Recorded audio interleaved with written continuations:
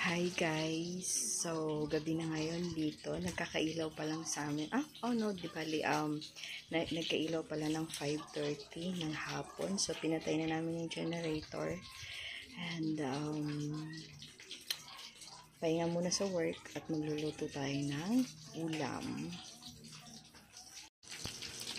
So, bali nagsaing na po pala ako. And, para mas madali, yung natira naming ulam kagabi ay piniprito ko na lang.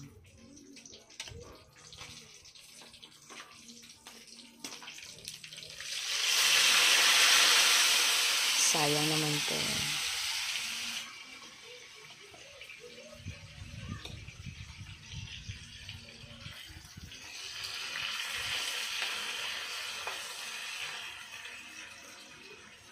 Yung sabaw ay para kay Cutie sa aso namin.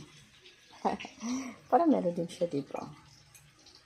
Tapos kanin mamaya.